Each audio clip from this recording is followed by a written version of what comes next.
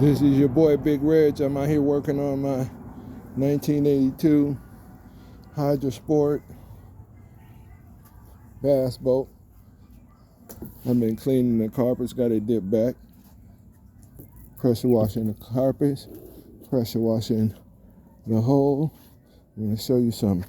See, it looks all faded and dull like this. You know what I'm saying?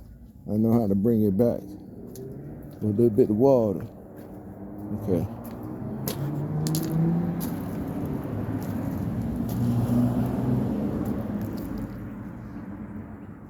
See the dash? So I'm kind of like getting the rough spots out. Almost like wet sanding it. You know, where I can see it, I have a visual eye because I detail. Just rinsing the carpet out. 1982 Hydra Sport.